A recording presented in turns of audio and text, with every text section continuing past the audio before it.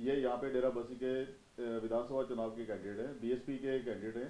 आइए हम इनसे पूछते हैं कि इनके चुनावी दंगल में ये क्या कैसे ये जीत पाएंगे और इनकी रणनीति क्या है। हाँ, सतीश शर्मा जी नमस्कार। नमस्कार। सतीश शर्मा बताइए, आप चुनावी दंगल में आपका मेन चुनावी मुद्दा क्या है?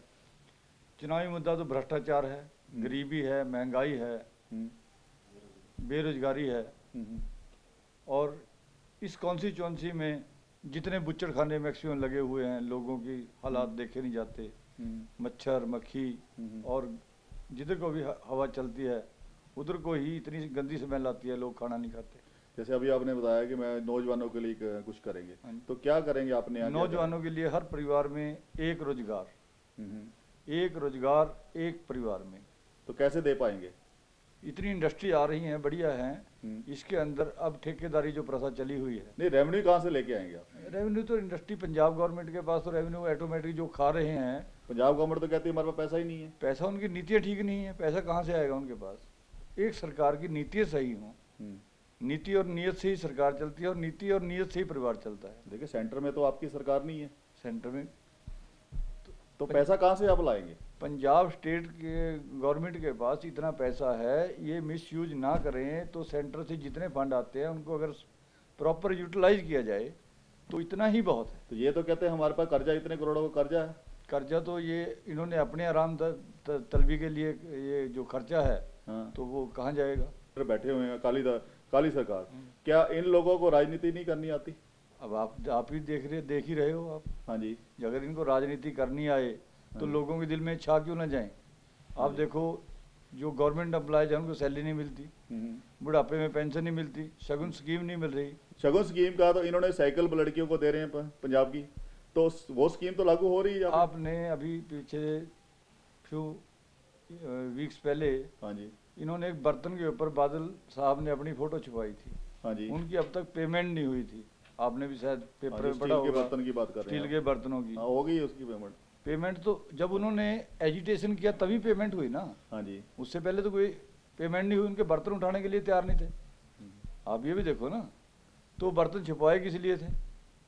अगर किसी की हम पेमेंट देंगे ही नहीं तो हम ऑर्डर क्यों दें? नहीं, काली सरकार तो बोलती है कि हमने इतने विकास कर लिए, हमने ये इलेक्ट्रिसिटी। आप ऐसे करो, जितने लिंक्स रोड हैं, हाँ जी, जितने लोगों के एग्रीकल्चर ले लो आप, आलू की हालत आपने देखी है, रोड पे पड़े मिलते हैं आपको, कोई इसका रेट नहीं लग रहा। जिम्मेदारों की फसलें नहीं कोई उठाता कोई भी, 4-4 दिन फसलें ऐसी ही पड़ी रहती हैं। कितनी वोटें आपके वोटों से आप जीत पाएंगे? वोट तो नियर अबाउट 10,000 क्रॉस। आपके अपोजिशन कितनी पार्टी हैं? कांग्रेस की पार्टी भी है, कांग्रेस है, आजाद हैं, कांग्रेस के भी आजाद हैं, काली के भी आजाद, काली भी है। हाँ जी। तो आप बताइए कि ऐसा आप में क्या है कि जनता आप ही को वोट दे? जनता पहले तो नंबर 1 तो मैं डेरा बसी का रहने वाला हूँ, लोकल। हाँ जी। लोकल इस कॉन्स्टिट्यूंसी का रहने वाला हूँ। हाँ जी। दूसरा, मेरा हर भाईचारा, हर मतलब कि कास्ट के साथ मेरा भाईचारा है। हाँ। और बीएसपी की अपनी भी एक इमेज है इस कॉन्स्टिट्यूंसी में।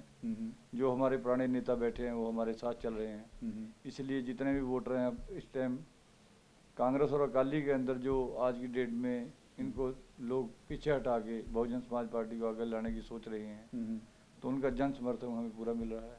नहीं, मेरा ये क्वेश्चन ये था कि जनता आप ही को वोट क्यों दे? आप में क्या खासियत है? बहुजन समाज पार्टी ही एक ऐसी है, बहन मायावती की जो पार्टी है, ये गरीब आदमी की तरफ ही सोचती है।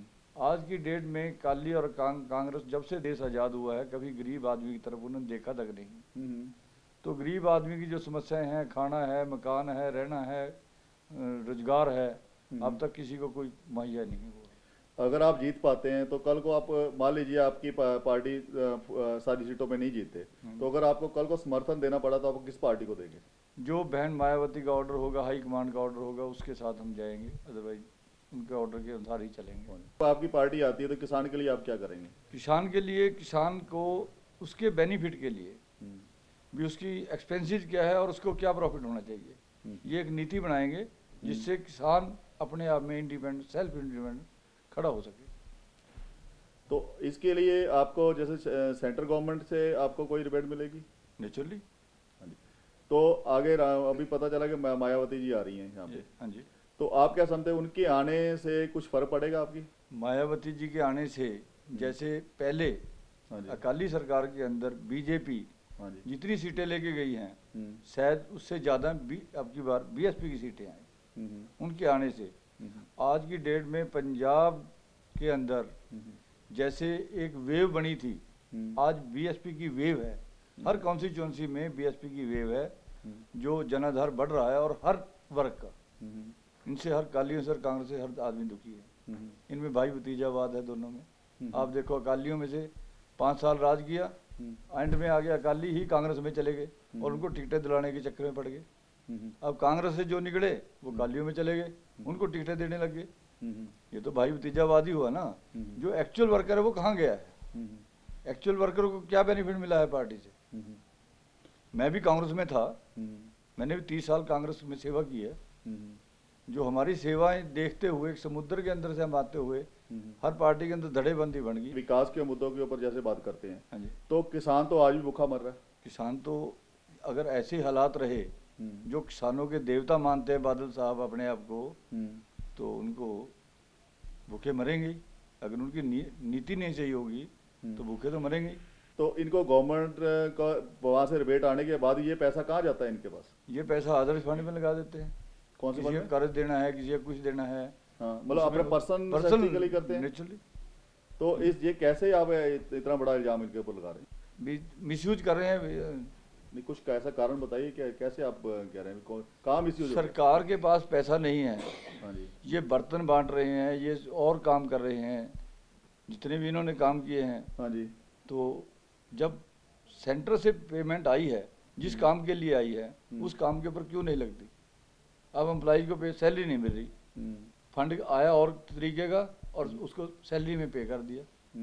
तो वो जिस काम के लिए पैसा है वो कहाँ जाएगा? वो काम कैसे होगा? अब रोड के लिए, लिंक्स रोड के लिए पैसा आया है, मान लो सेंटर से आया है, तो वो पैसा और कहीं लगा दिया, तो वो काम तो वैसे ही रहेगा ना जी। तो जो गरीबी रेखा से नीचे हैं लोग, उनके बारे में आपका क्या कहना है? उनके बारे में तो ऐसा है जी, मैंने एक मन में भी सोचा है और ये विचार भी दूंगा मैं, जितनी भी म्यूनिसिपलिटी एरिया के अंदर फ्लैट्स बनेंगे उसका 5% गरीबों को फ्री में दिया जाए। दूसरा, एक परिवार में एक रोजगार, ये सर्वे कराया जाएगा हर कॉन्स्टिट्यूंसी का। एक कॉन्स्टिट्यूंसी की बात नहीं मैं करता, हर कॉन्स्टिट्यूंसी में, एक ही जाति पे नहीं, हर जाति पे कितने आदमी गरीबी रेखा से नीचे हैं, कितने आदमी की एक गवर्नमेंट मुलाजिम है, एम्प्लॉयज कितने हैं, एक परिवार में कितने हैं। इससे ये क्या है, एक लेवल इनका बढ़ता चला जाएगा। अब जो अमीर हैं वो डे बाय डे अमीर हो रहे हैं, जो गरीब हैं वो डे बाय डे गरीब हो रहे हैं। एजुकेशन के बारे में आपका क्या ख्याल है? एजुकेशन तो बिकाऊ होगी, प्राइवेट सेक्टर में एजुकेशन चली गई है, गरीब परिवार के बच्चे पढ़ ही नहीं सकते। नहीं, उनको अगर आपने आगे लेके आना, कैसे क्या कैसे? उनको तो मैं तो कहता हूँ भी प्राइवेट एजुकेशन को बंद करना चाहिए। गवर्नमेंट स्कूल के अंदर टीचर्स नहीं है। मैं इस कॉन्स्टिट्यूंसी में तकरीबन 20 गाँव में गया, तो वहाँ पे स्कूल में टीचर नहीं है, बच्चे आए बैठे, दाल चावल मैडम ने बनाए और खिलाए और बच्चों को घर पे भेज दिया। देश का भविष्य तो बच्चे हैं, तो बच्चे जो हैं उनको एजुकेशन नहीं है। एक परिवार के 10-10 बच्चे हैं, तो वो परिवार जो सड़क पे मांग रहा है, भीख मांगेगा वो तो नहीं। ठीक है जी। तो उसके बारे में आप कैसे रणनीति लाएंगे कि उनको ऐसे सभी को रोजगार मिले, सभी को एजुकेशन मिले? कैसे आप इसको सिस्टम को ठीक करेंगे आप? जैसे छत पे चढ़ने के लिए नीचे से सीढ़ी चलती है, ऊपर को चढ़ती है, ऐसे ही नीचे परिवारों की एक नीति बना के उनको उठाने के लिए भी हम इनको कैसे ऊपर उठाएं, स्टेप बाय स्टेप। एक परिवार में एक नौकरी, बच्चों की परवरिश के लिए क्या प्रॉपर उसके पास सैलरी है, इतनी नहीं है तो उसका कैसे अरेंजमेंट हो। जब नीचे परिवार की तरफ रोटी, पहले मकान, रोटी और कपड़ा, ये प्रॉपर उसको मिलने लग जाए, वो अपने आप को संपन्न कहने लग जाएगा। जब बच्चे हैं गवर्नमेंट स्कूल के अंदर, बढ़िया टीचर हों। अगर आप इनसे वोट मांगते हैं, आपने क्या क्या कार्य किए हैं जनता को हमारी बताइए आप। हर व्यक्ति विशेष के लिए मैं अपने आप को कुर्बान करने के लिए तैयार रहता हूँ। गरीब हो या अमीर हो, उसके दुख दर्द में खड़ता हूँ। नौजवान बच्चों को मैंने बहुत सी इंडस्ट्रियों में जॉब दिलवाई, जिससे वो अपने परिवार को खाना खिला सकें। और गरीब बच्चों की शादियाँ भी कराई, हर जगह कहीं गरीब की बच्चे की जरूरत है शादी की, उसकी शादी भी कराई है।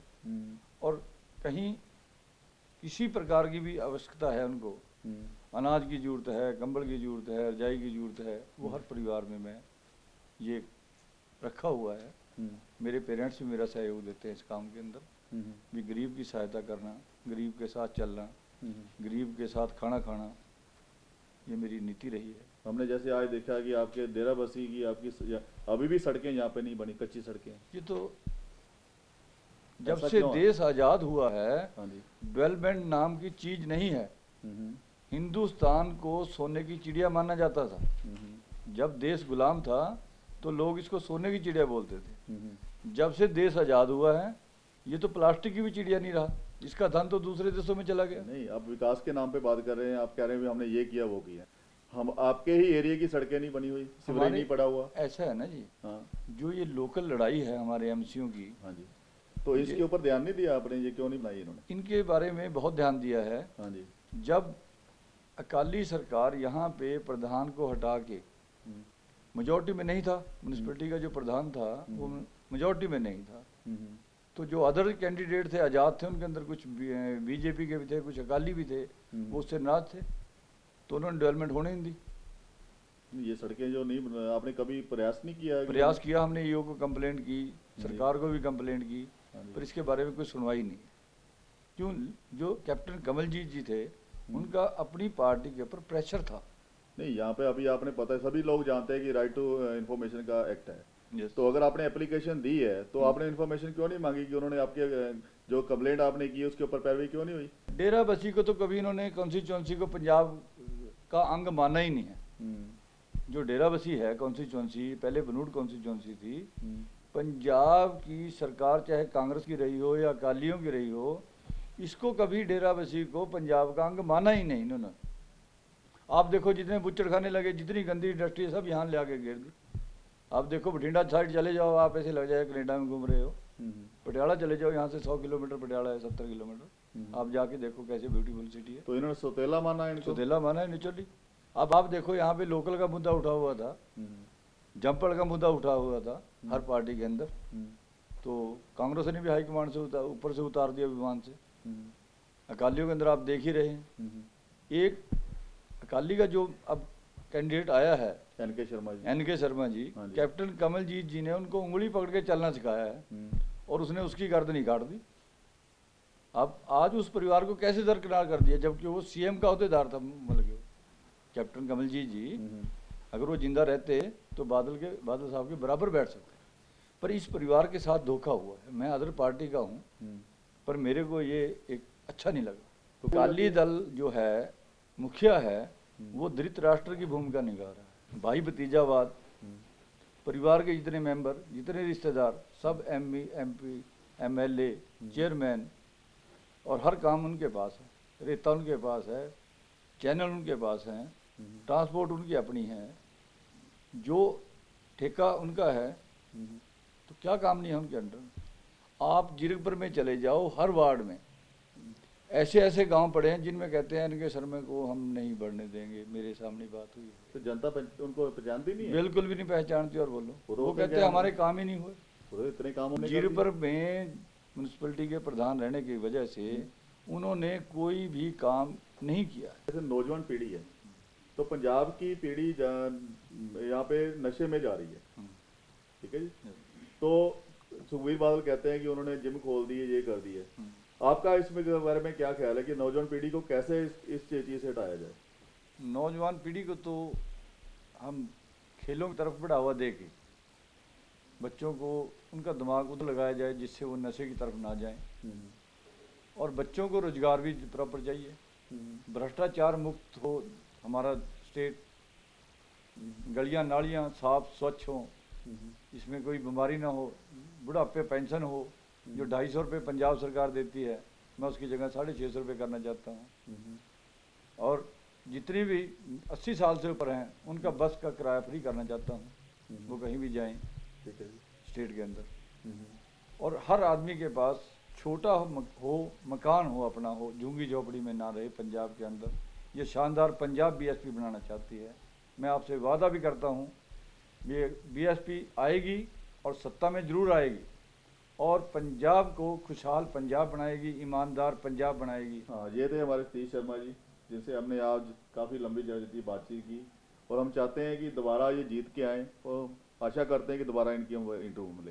ओके, थैंक थैंक यू जी, थैंक यू।